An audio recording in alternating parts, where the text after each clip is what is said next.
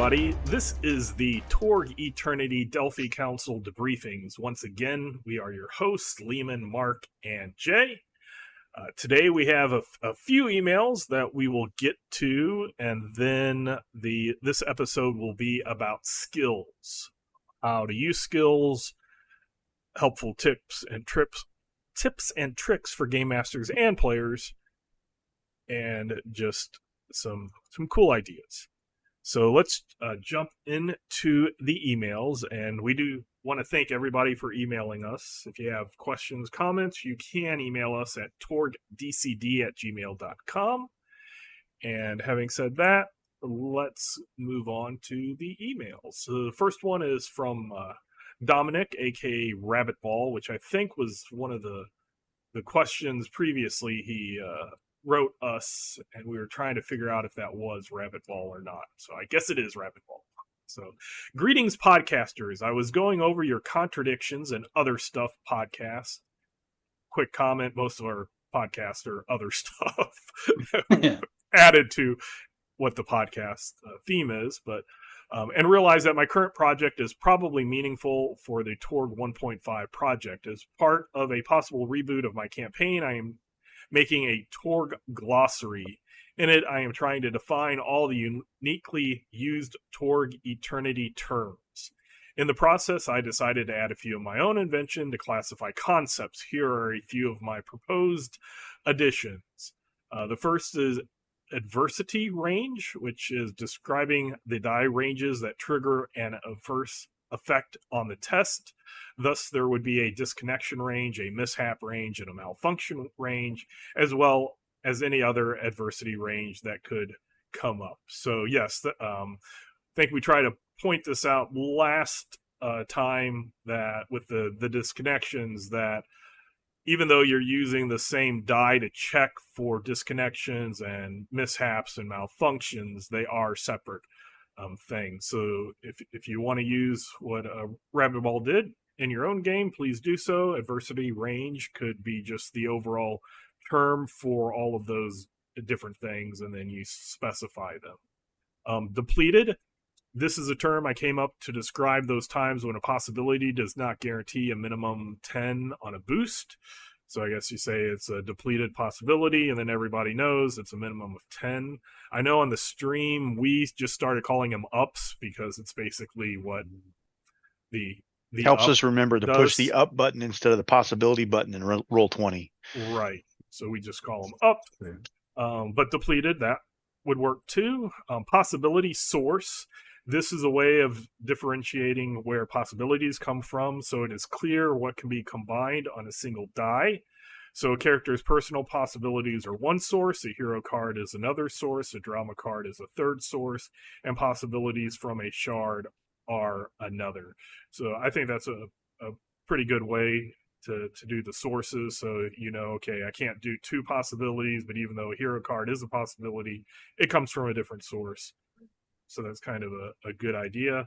And the reality profile, the axioms and world laws in effect for a character or a location. For a mixed zone, its reality profile consists of the union of the reality profiles of the two cosms making the zone. Union here refers to the set operation where any members of either set are members of the set.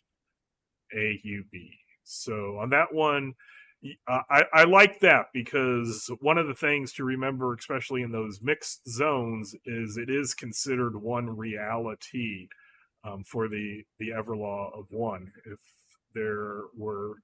it would be considered two separate but equal realities, then the Everlaw of one would be transforming people left and right, and those zones would become what if zones quite frequently. So that's also a good thing. Let me know if this sounds helpful. Dominic, aka Rabbitball. So Dominic, yeah, those are good things that I would, if any listener, game master, or players want to use those terms, those are. As far as them going to Torg 1.5, we'll have to see how we state these things. One thing, though, I can say is that there will be a new term called mystic. One of the questions that is always asked is if, say, an ethereal being can only be hurt by magic, and the immediate question is, what about miracles, and what about psychic abilities, and what about pulp powers, and what about and the same if you're immune to it or if it can only be affected by it. So mystic will be a term to refer to all three. So if something is only affected by something mystical, that means magic could affect it, divine stuff can affect it, and psychic things can affect it.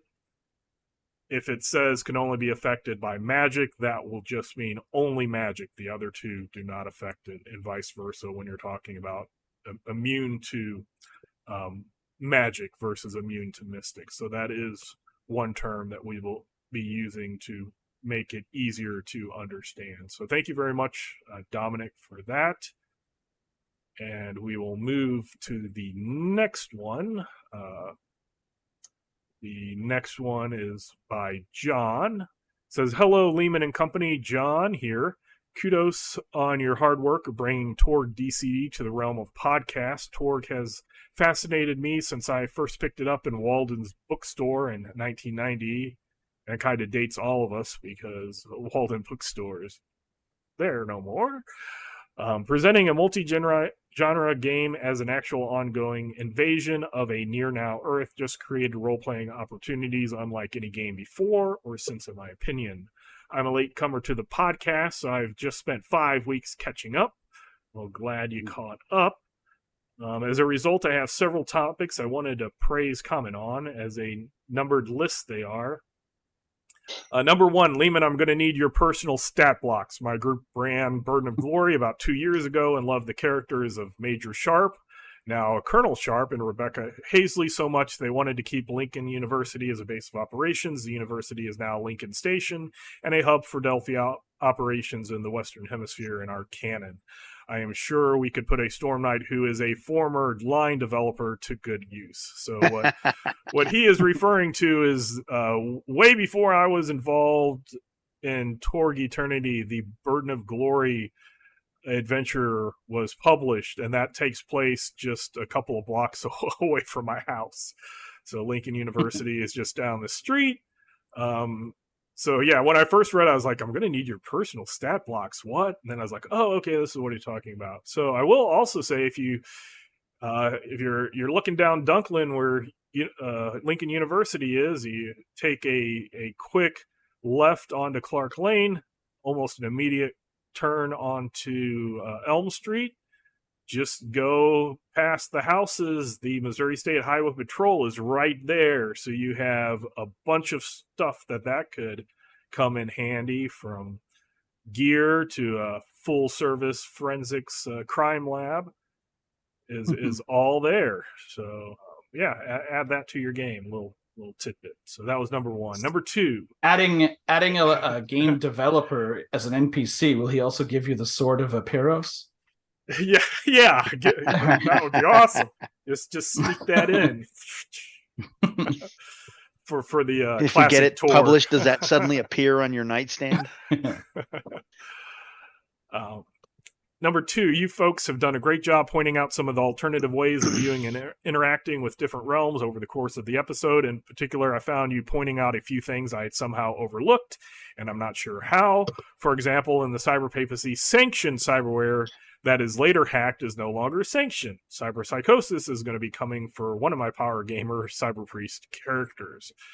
So yes, and that's happened to me before too, where something that just is written there on the page, I've skimmed or thought I knew. That was one of my biggest problems going from Classic Torg to Torg Eternity, where there were so many rules that are super close, but they're not the same. And I was using them in the same way, and then I realized later that they are different. So I'm glad these podcasts have been helping you out, and we're all about alternative ways of using the system to fit your game, to fit your players and your table. Speaking of power gamers, I'm not a big fan of min-maxing. It aggravates me when a player deliberately creates a character with a dump stat in mind. all capital. I'm looking at you, Charisma. I was thrilled to hear the group discussion about the reality skill possibility or possibly becoming tied to Charisma, and I urge Torg Eternity 1.5 to make that bold step. I'm already spent the last year prepping my characters for subtle rules coming in 1.5 by having the Aylward character from Revenge of the Caradon announced that Core Earth's Cosm seems to be shifting its coordinates in the Infiniverse. The devil would drag you under, so to speak. Thanks, Gauntman. So, as far as charisma being tied to reality, I think that is definitely a optional, not the standard. I think that is a little too far of a shift in the middle of Torg Eternity. But I believe there's a perk currently that can allow charisma to be used, as well as I've played in my home group this. So this is something that is I've been doing it since Torg Eternity came out. Haven't had a problem. So I think this is one that should be, if it's changed from Spirit, it should be a table decision. But that is my opinion on that. And I think we even talked about that in our alternate rules episode. Number 4, I like what you gentlemen did in the discussion of abomination perks and debilitating mutations, but I would have liked to have seen it stressed more that the debilitations are meant to be problematic since the abomination perks they offset are giving the best bonuses in the entire game. In many ways, abomination perks occupy a space similar to pulp powers and limitations. The debilitations aren't doing their job of balancing if a player can circumvent them. Maybe as things are clarified in Torg Eternity 1.5, it might be suggested that players taking the abomination perk should roll the 2 d20s for debilitating mutations first, select the final form from between the results, and then select the abomination perks aspect. This order would allow the player character to build a character who isn't torpedoed by a mutation at creation. Thoughts? I think and correct me guys if I'm wrong, we did talk about how different groups would view those debilitations and whether you use the system, if your table just likes say, hey, let's roll randomly and come up, let the dice roll where they roll and that sets in, or completely just choosing. I think they're all valid. Again, this to me is a something that would be good as a group decision. The official is kind of in the middle, and I think that's kind of a good state for that. Any comments from either of you on that? I think we also discovered that a lot of them are very open to what the GM's interpretation is as to how debilitating they actually are. I absolutely agree with him on the statement that they're supposed to be balancing. Oh, yes. And the pulp powers and the limitations on pulp powers are a great example. In Torganized play specifically, in the campaign document, we've specifically stated that limitations have to come out of the book. You can't just make them up for Torganized play because they get abused. And when 1.5 comes out, we're getting ready to revise that document. One of the things we're going to revise in that document is about one of the published limitations that says you can take a color as your, and this comes from Green Lantern, right? Yep.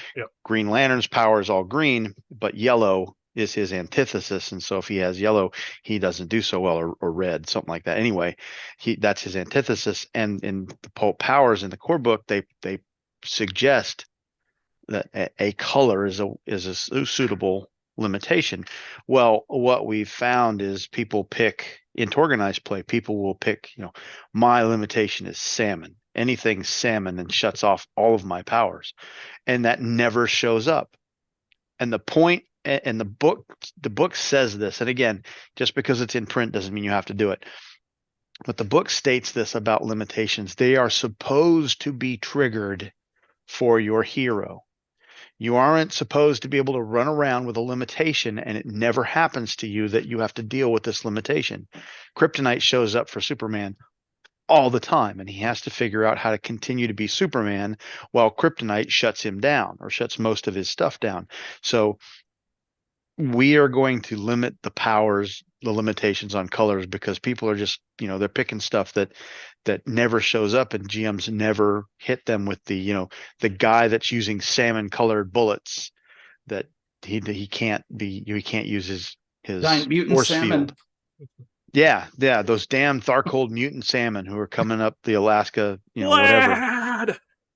Yes, that's right. So the reason I focused on that and brought up the color thing on limitations is that the debilitating mutations are exactly the same way and should be treated as such.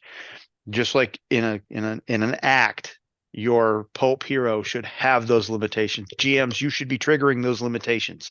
If you get a pulp hero in your game, note what their limitations are and find ways to use them against your heroes, because you're supposed to, and they're supposed to be creative about overcoming them. Tharcold heroes should have that same problem with debilitating mutations. They should have to overcome them. They should impact them because they're supposed to balance out, as you pointed out, the best modifiers in the game. So, as I believe Deanna stated, limitations aren't limitations. If they're not limiting, something like that was a statement. They need to be limiting. If they never happen, what's the point? Right. And you might have to change a few. I know in my home game and it was a great concept. We had a player that had a Nile Amazon, and one of the things was like could only work against men or women,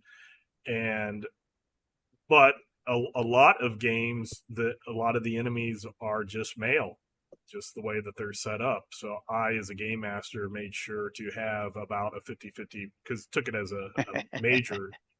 I had a lot of women thralls and shock troopers and Edenos, if they're noticed, to make it so that limitation was a balance. So yes, they should be, the debilitation should be debilitating.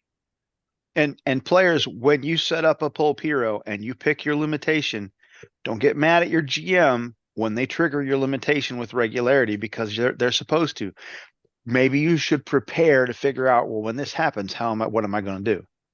Don't just be surprised all of a sudden. Like my son learned a very hard lesson when he built his first pulp hero, and his limitation was it only works when the sun's out. And he didn't realize that meant that we still joke about this because it's classic. His hero had a bedtime. Because when the sun went down, he stopped being heroic. All his stuff turned off. And so he's like, guys, we got to get this over with because that sun's getting low. Like, what do you mean? Never go to Aurorsh. Yeah, exactly. And so now that's the running gag is, so if you've seriously gimped your character and didn't realize it, you've given your hero a bedtime. So anyway. No, all good thoughts. But yes, that's something discussed with your game master. Make sure that those limitations, debilitations, etc., are something that does affect the character, because if not, then they're not that. And if you don't, we talked about mutations, but then we started talking about pulp powers. If you don't want the limitation, you can always buy the perk a second time to get those enhancements. That's the other option. You don't have to go limitations if you want that boost, but if you want to not have to buy another perk, then you're saddling yourself with a limitation. So continuing on with this email, final question, not tied to anything discussed on the screen to date. What are your thoughts on the special ability Relentless? The threat doesn't take shock. So my immediate response is I want to rename this, because I don't like having a perk called Relentless and a special ability called Relentless. And a couple of the ideas I came up with were also special abilities and or perks. I believe Jay came up with the term, but it's not coming to my mind off the hand. Unyielding. Unyielding, or was that one of the perks? Or special abilities? I remember the discussion, and I remember everybody going, "Oh yeah, that's good. Let's run with that." And then nobody can remember what it is. Maybe I wanted to, or was it tireless? Tireless. Oh yeah, it was tireless. So It was because tireless. I think I wanted unyielding, but that's an actual perk. Yeah, because we were like unyielding, tenacious. Like these are all Yeah. taken. All the words But we yeah, wanted no, to use. it was Like, it was that's tireless. That's what it was. So so my first thought that's come to mind because we have been discussing that. But as for the special ability, I guess I'll read on a little bit. I run a game with 3 players whose combat skills range between 10 to 15 on average, and that have weapons that typically range from 11 to 15 damage. We've had several combats where a single, as published threat with an unarmed combat skill 14, toughness of 17 or 18 becomes far more challenging than expected. I'm much more careful now as a game master to consider how likely characters are to earn bonus dice for damage, and then how likely they are to have bonus die actually reach the level where it does a wound. So, as a fellow game masters, the issue is the number of players, 3 being a small table, or have you also had sessions where Relentless becomes more problematic than expected? I will say that in my home game, even way more than the stream, where it's happened a couple of times, is some of those things get knocked out by shock. So if something's not taking shock and you have to wound it, yes, that is a very challenging. If you have a smaller number of players, you might adjust the put a template over it or a package, I think, and a weakened package, come up with a reason why it might not have as big of a toughness or as high as a toughness or a lower combat skill, something like that. I do like the fact that they don't take shock. Shock is not like I'm getting hit and it's going to kill me. It's more of I'm getting out of breath. I'm mentally shocked by something. My will to continue. There's just a lot of stuff wrapped up in that term shock. So having undead and other type of threats that don't take it sounds fine. I would look to be adjusting some of the other like unarmed combat and toughness in that. Any comments or thoughts on that from Jay or Mark? Yeah. Oh, go ahead. no. Well, I was going to let you go because I do have thoughts. Go ahead, Jay. Okay. My main game is 4 players, so I do think having 3 does make it more difficult, because usually if you're fighting against one guy with a high skill and high toughness, you're going to make sure to make them very vulnerable, and that will require one of the characters to do that. So if that's a third of the group having to dedicate to do that, then that makes it harder. With 4 or 9 or 12 or whatever Lehman runs players, I imagine it's much easier to make them very vulnerable. Also, a lot of players forget about the called shot to a vital area. So that increases the damage or lowers their toughness by 4. That is also a very good way to get around that kind of thing. And then if you're in melee, of course, all out attacking to get additional bonuses, because you're just hoping for those bonus dice eventually. And it's a question of if you want to go hard early or wait a while until you've built up enough cards and someone's got some coup de graces and some other things so you could get enough dice to get over there. The most relentless / tireless creatures tend to only have no wound or just 1 wound. So usually you have to just kind of get over that 5-point hurdle once, maybe twice, unless it's like a big boss that's got the special ability. But that's usually like a really rare situation. So yeah, it's just going to require some more coordination. You might even want to have some NPCs with them to bulk out the party a bit. Yeah. And look at the I believe it's in the Cassandra files, free to download on the Torg FAQ. 3 players, there's an alternate rule to either give them more cards and or start with a card in their pool, something like that. So yeah, something like that. Take a look at that. That can also help out. And Mark, you had thoughts on that one? Yeah. So you're definitely. I always try and game out my scenarios with a four-party player or four-player party in mind.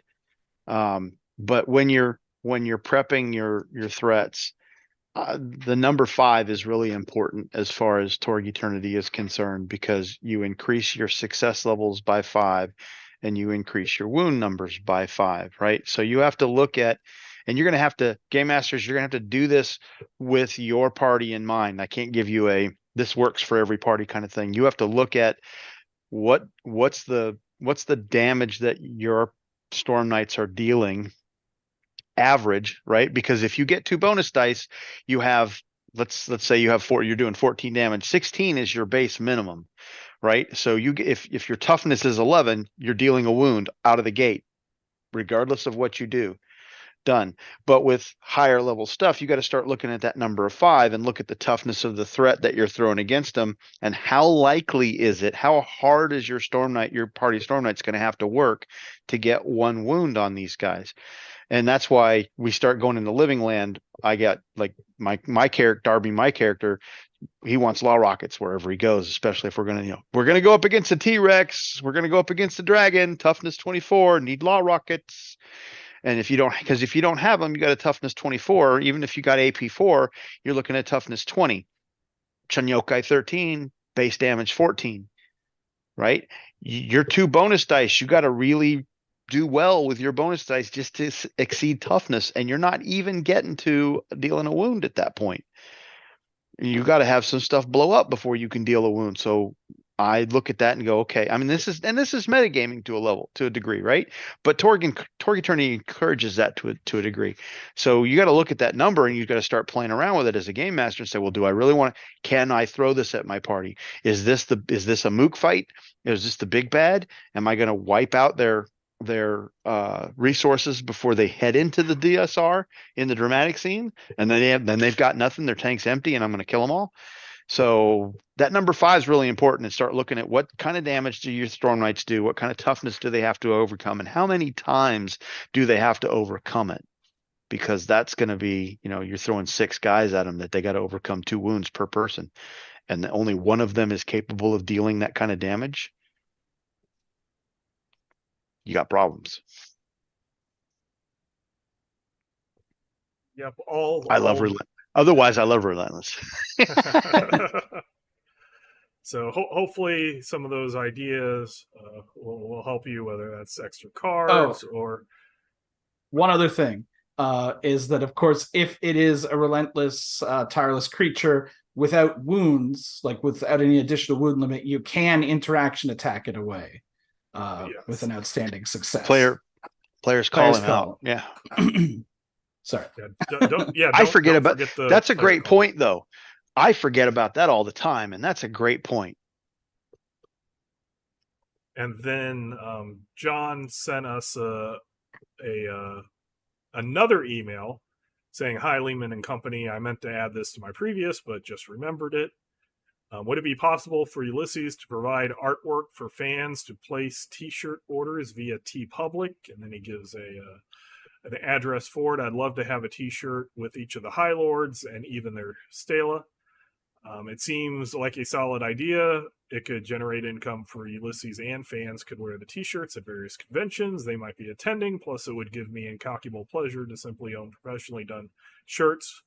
Plus, TeePublic has great quality T-shirts. I had not heard about TeePublic, but I can say that we are looking at T-shirts doing something with T-shirts in the future.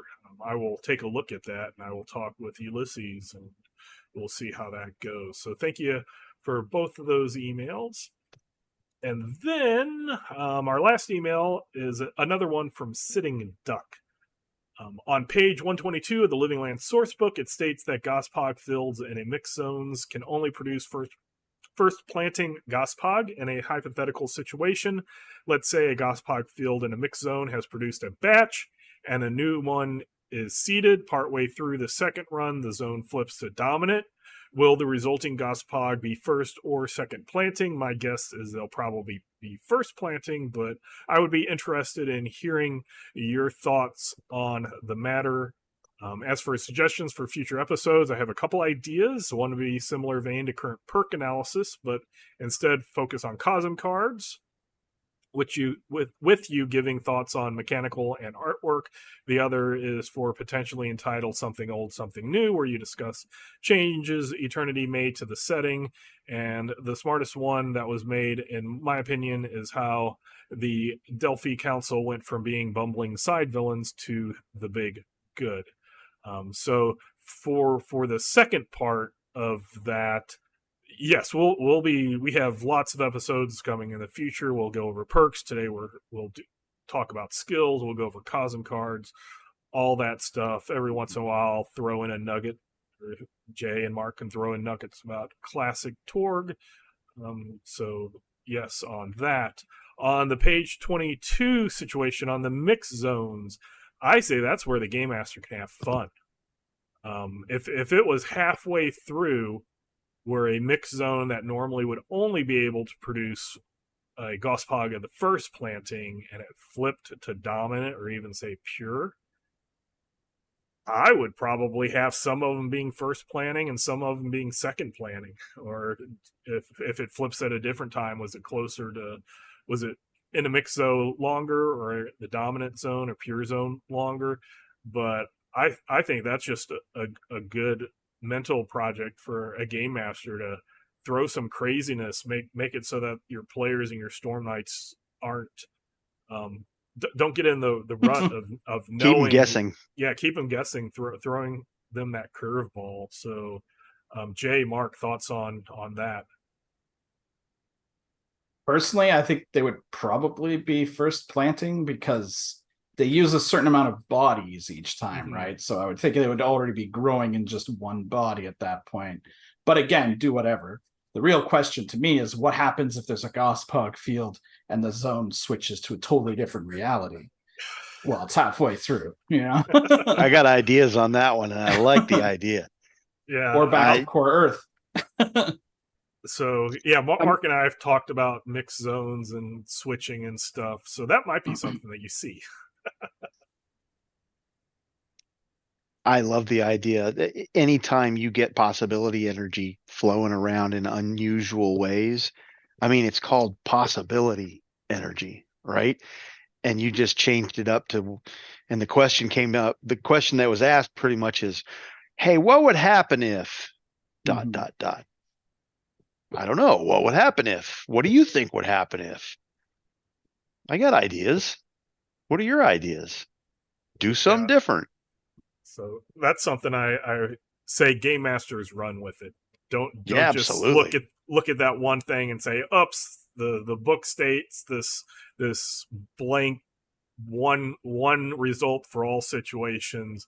Look at those weird changes and go with it. So we do want to thank you for all your emails. Do email us with your comments and questions at torgdcd@gmail.com. And now let's go over to skills. As the other host pointed out to me, we might want to talk about how skill, at least quickly, how skills are done, how skill tests are done. So basically, you have a D20, you roll a D20. There could be explosions, there could be things added, but basically you use that D20 plus other things to get a die roll total. You take that die roll total, you then compare that to the bonus chart that's on the bottom of the character sheet, also on Game Master screens and various other places. In the published materials, you find that bonus and you add or subtract it, because it could be a negative bonus, to the adds plus the attribute of the skill, and then that gives you an action total that you compare to whatever the difficulty is. So it's some math, but basically it's like one extra step on your normal. Other D20 games will roll a D20 and then take that and add a bonus to it and figure out what the result is. This just has you looking at a chart first and then using resources such as cards, possibilities to change it. But the main thing is the skill value is the adds of a skill plus the attribute number. And when I say adds, we don't use levels or ranks because that number could be is what's added to the attribute. And while every skill has kind of a default attribute or a suggested attribute or a main attribute, all the skills could be used with other attributes. On page 77 of the core rules, it says skills are listed with the attribute they're normally associated with, but the game master might call for other combinations as well. Beast riding uses dexterity to see how well a rider handles a jump or rough terrain, but might use mind to figure out what's wrong with the horse he's riding. Or I would say charisma to like settle it down if it gets spooked or something. So if game masters and players come out with nothing else from this episode of us talking, please switch around your adds of your skill to the different attributes to come up with neat, unique situations. Can I clarify something you just said though? Sure. You said players and game masters.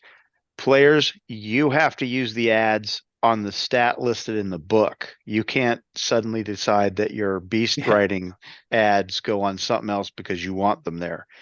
The game master can call for your beast riding adds to go on charisma instead of dexterity, but you can't declare my beast riding is charisma based.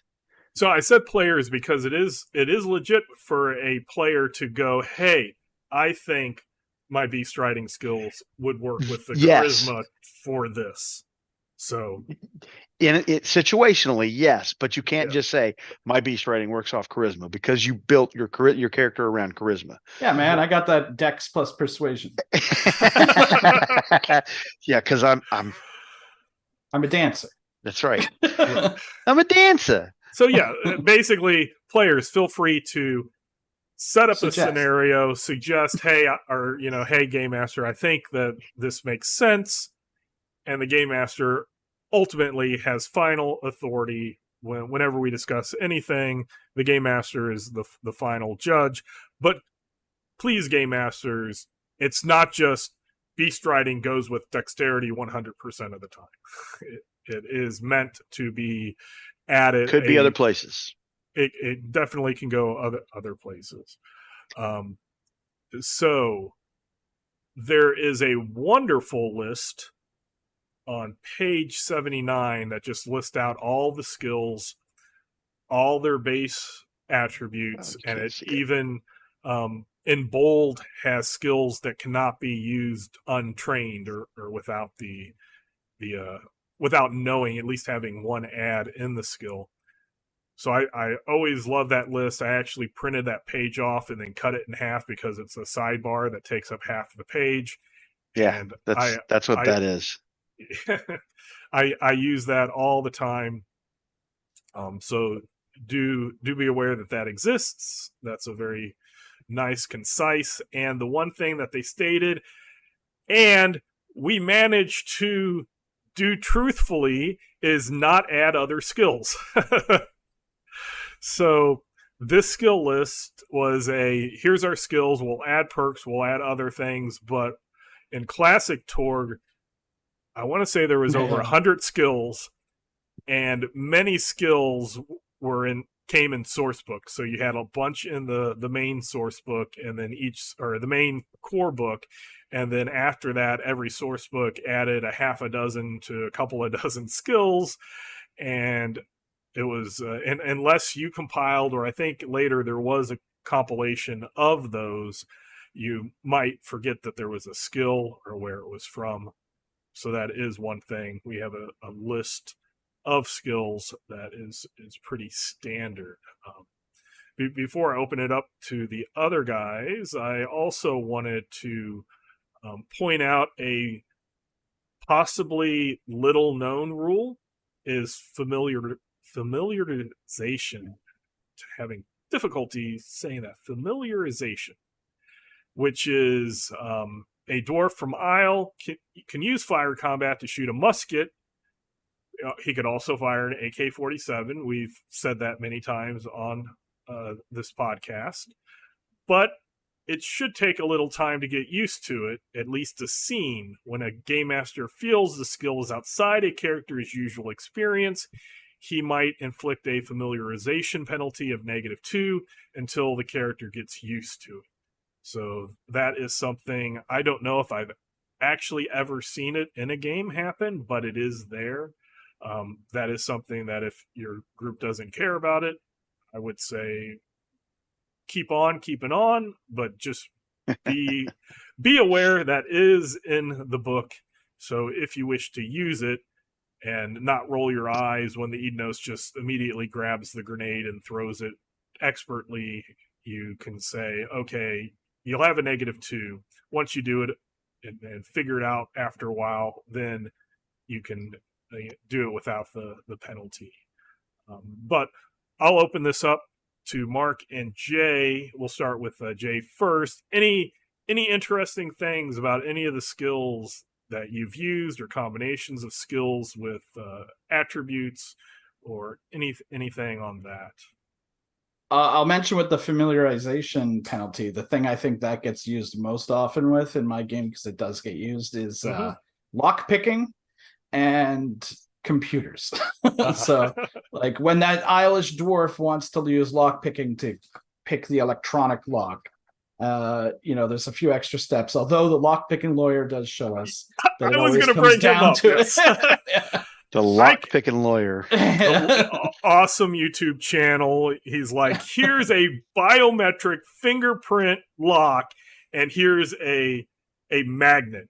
Pop it right open. 2 seconds. Don't even it takes a little while to know that. Right. I think I mentioned previously in the Living Land one, like I like to have things like this, like using skills not only with different attributes but for different things.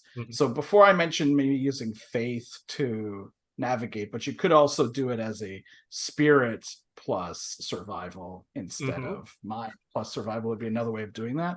One thing I realized pretty early on that this was possible, because in the day one Isle adventure, there's a point, I guess minor spoilers, for day one Isle. I'll hold Uthorian up here as long as there's spoilers. But there's a point where you reach a magical wall, and there's multiple ways of getting through this sealed gate, and one of them is making an alteration magic check just to do it.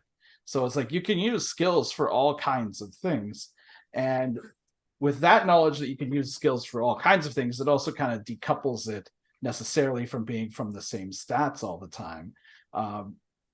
I think other ones that I use the most would probably be mind plus streetwise, to know where something is, or like in the area if you're from there.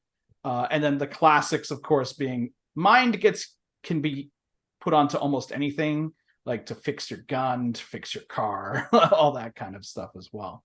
I think that's probably the most common ones. The one thing I kind of wonder about is interaction attacks, because they say that they don't want the interaction skills to really be used for anything else, but then intimidation gets used for a lot more in Thargold, right? It's not just in combat. So you can also find interesting uses for some of those as well. Yeah, I want to even say they even give an example of dodge being used to dodge a projectile. So right, yeah. It's like let's have this intention and then immediately break it. Yeah.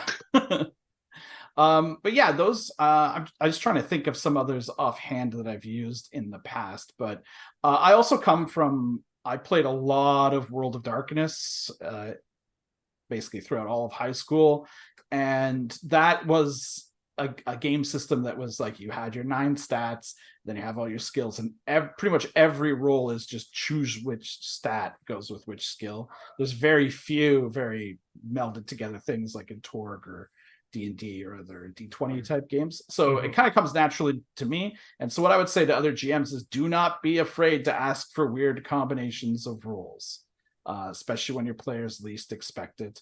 You never know. It is possible that you might actually need to do a dexterity plus persuasion for something. You never know if you have to dance, say. A dance off. And say there's a dance off somewhere. Mark, thoughts on any skills, combinations, how to use them, tips, tricks, anything like that? So, yeah, a couple of points about the basic thing that you were running through.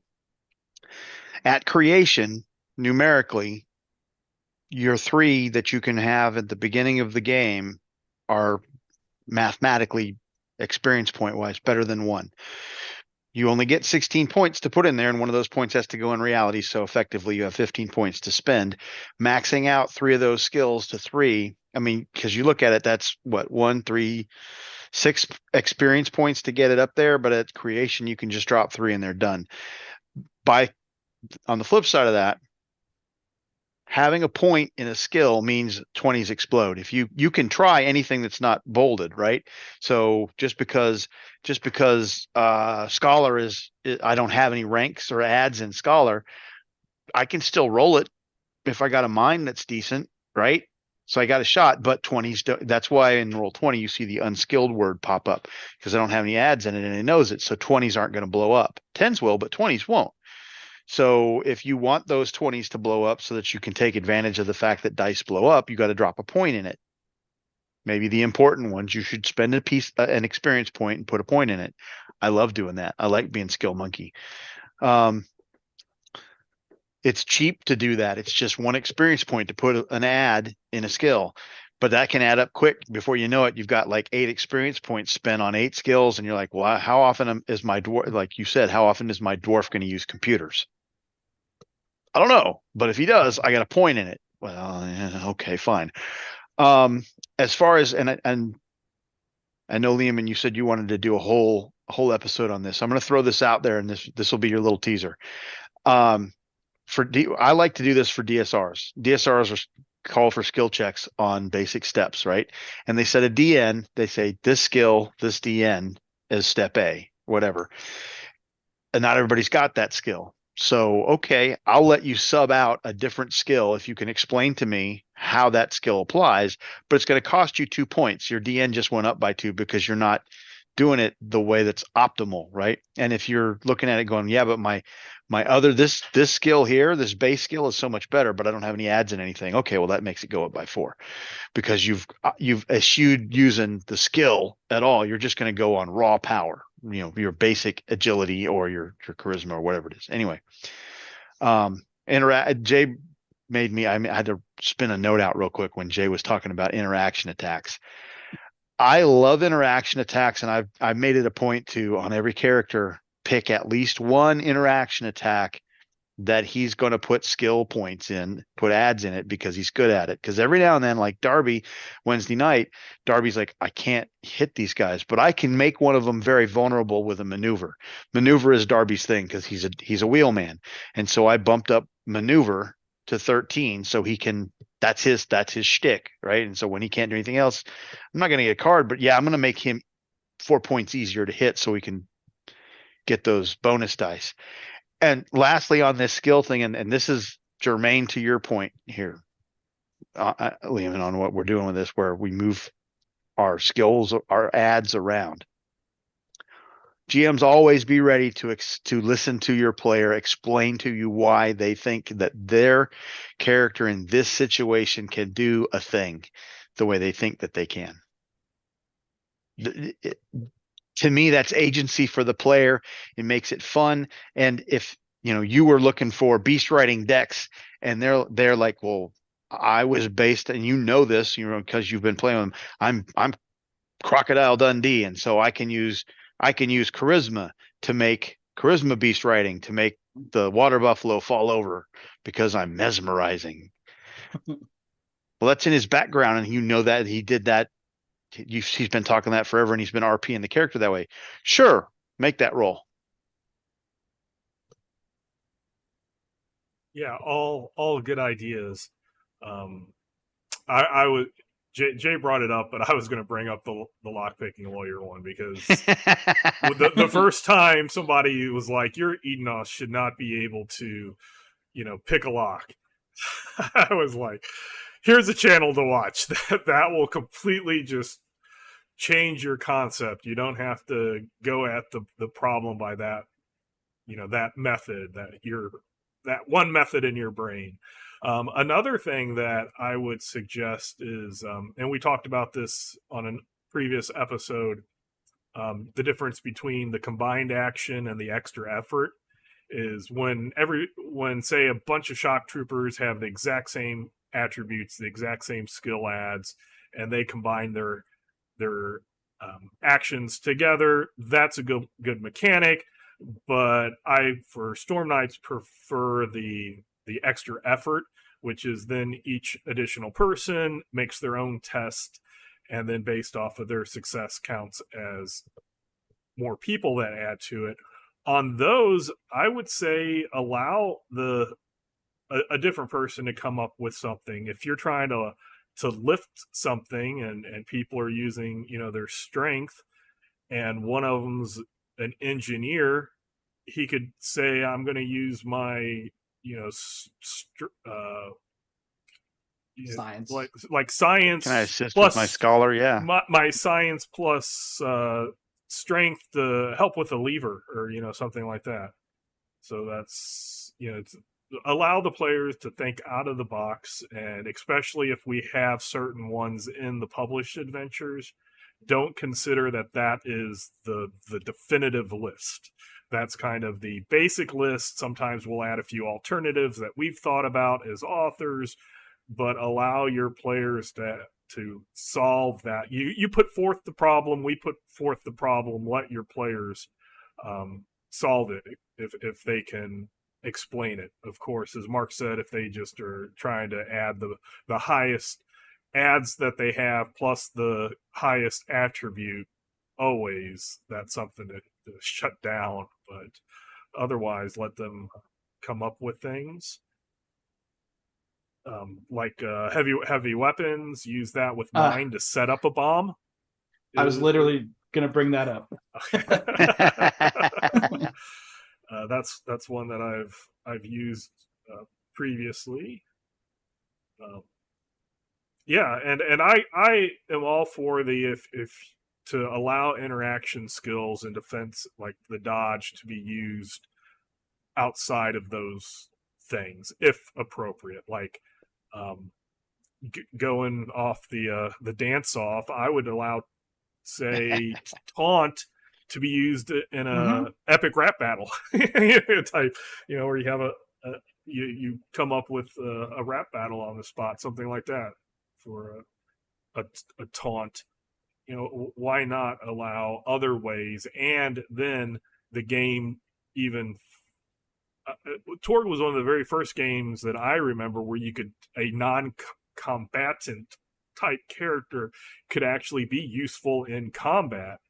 And let's expand that further so that every solving of a situation doesn't always lead to gunfights, especially if you have one of those. I mean, it wouldn't happen against the Gospog, but one of those types where you might have only a few characters. So let them use their other skills to avoid a situation. Mind plus stealth to figure out where ambushes might be occurring, so then you can divert around them.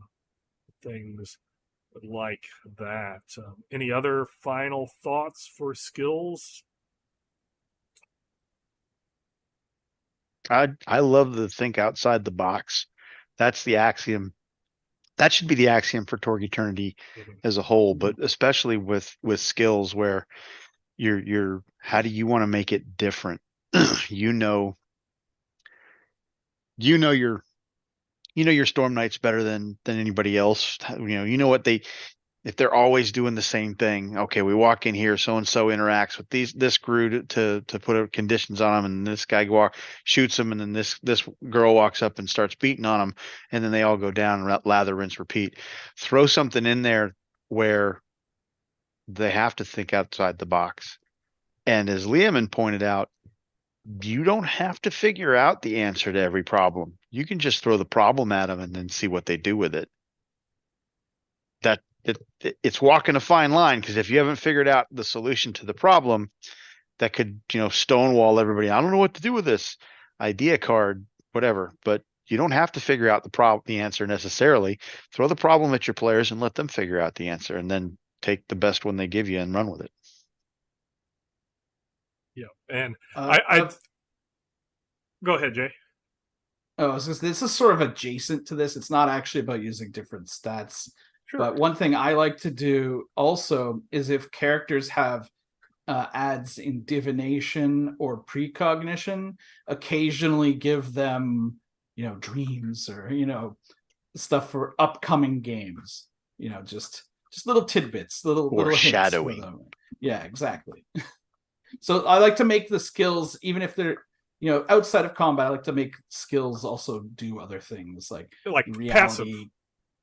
Yeah, passive things like reality often can be, senses over in another reality. Hey, oh crap, it's Ororsh now. It's nighttime. Or that person over there, I think maybe I just spent some possibility energy, that kind of stuff as well. Mm-hmm. Yeah, all fun stuff to use. I did want to, in case it confused anybody, just clarify when Mark was talking about the character creation. Character creation, gaining skills is different than advancing skills. So as he stated, you get 16 points, and you can put those as adds up to 3 in any single skill. So with the 16, one of them has to be in reality. You can adjust it up to 3, but you have to have 1. So you have 15 where you can put wherever you want. After you've... At 1 for 1. Right, at 1 for 1. So the 15 divide by 3, you could have multiple... you have, 5 skills at 3, and that reality at 1, whatever. It will... cost-wise, XP-wise, it's considered kind of min-maxing or the best bang for your buck XP-wise, because after a character has adventured, then each add, the XP cost is no longer 1, it is the number that you're going to. To gain a skill, yes, it is 1. But to increase a skill from 1 to a 2 is 2 XP. To increase it from 2 to 3 is 3 XP, etc. So stacking them a lot at the beginning, XP-wise, might seem the best and only solution. But when you're looking at things exploding on a 20, those explosions, in my opinion, are a lot better than the ones that explode on a 10 and then you roll a 1. Rolling a 20 and then rolling a 1, you get a 21, which is a great bonus. If you roll that 10 and then roll a 1, then you have a bonus of, I believe it's just a 0. It's you don't actually get it's still 0 bonus. So when he was saying, think about, maybe scattering those points out this further. All goes back to John's email. Yeah. So and it's absolutely min-maxing. It is absolutely min-maxing, but you're looking at it, those 15 experience points are 90 experience points out in the world if you had to spend them after you started, to Lehman's point, after you started venturing. If I built 5 skills to up to 3, I spend 6 per. Right? Yep. So not 90. So 30. 30. 45. Sorry. Or 30. Whatever. We can't do math. 30. I was told there would be no math. So, any last ideas before we wrap up the episode? Hopefully, I've given a lot of thought to the listeners about how you can use skills. And the defaults are good. I'm not saying never use the defaults. I'm just saying be open to using things other than the default attribute. Don't get set in the mindset of this skill goes with this attribute, because again, they're called adds. You add them, you maths them to the attribute. You maths them. One last thing I guess I could say about this whole spreading the skills versus concentrating the skills is in my home game, one player made a monster hunter and he spread his skills pretty liberally so he could do a little bit of everything. And the other players were like complete cheese weasels, like min-max themselves. And he often complained that he felt that he was weaker than them in combat. But then I would have to point out that he was responsible for almost every DSR success. He was responsible for finding the most clues. And because of his monster hunting gear, he was the one that killed all the T-Rexes and dragons and all the big beasts and everything. So the others were taking out lots of mooks, no problem. But it may not seem as glamorous when you're in combat, but if you have a spread of skills and stats, you are still effective and you can get the group through a lot because even with low stats, you've got possibilities. You can do almost anything. It's just how many resources you want to spend to do it. And it's I feel kind of important for the group to have at least one person like that. Rod's son MJ did that as an experiment one time. He made a character that was all 8s and 7s. And I think 1 9, but that was his character. And it's like, we're min max. We got 12s and 5s and whatnot across the board. And he's looking at, I'm a one trick pony. I get up there, I smash things, and I'm really good at smashing things. But when we got to do anything else, shoot something or figure something out or pick a lock or cast a spell, I'm just going to stand there and go, okay, let me know when we're done. But he was, like you said, Jay, he was the one responsible for more steps in a DSR, more this and more that, because he had ads and everything, and he had 8s and 9s, and so he's hitting 10s with just one card, right? He's got a basic bonus on something, boom, and he gets stuff done. And I'm sitting over there going, I can't do anything here. I'll see if I can bump my dump stat of a 5 up to a 10 and assist you with a +1 in combined action, but most of the time, no. And he's doing stuff left and right. But when you get me in there to smash stuff, I'm great. Boom. Yeah. So what do you want to do? You want to be a one trick pony or you want to be a jack of all trades? That's how you play. Do you want it to be glamorous or successful? So once again, we do thank you for listening to this episode, which is, I believe, 25, which is pretty cool. We have 25 of these, a quarter of a century. And having said that, do email us, torgdcd@gmail.com. And until next time, we hope you have fun in your own cosmos. Bye.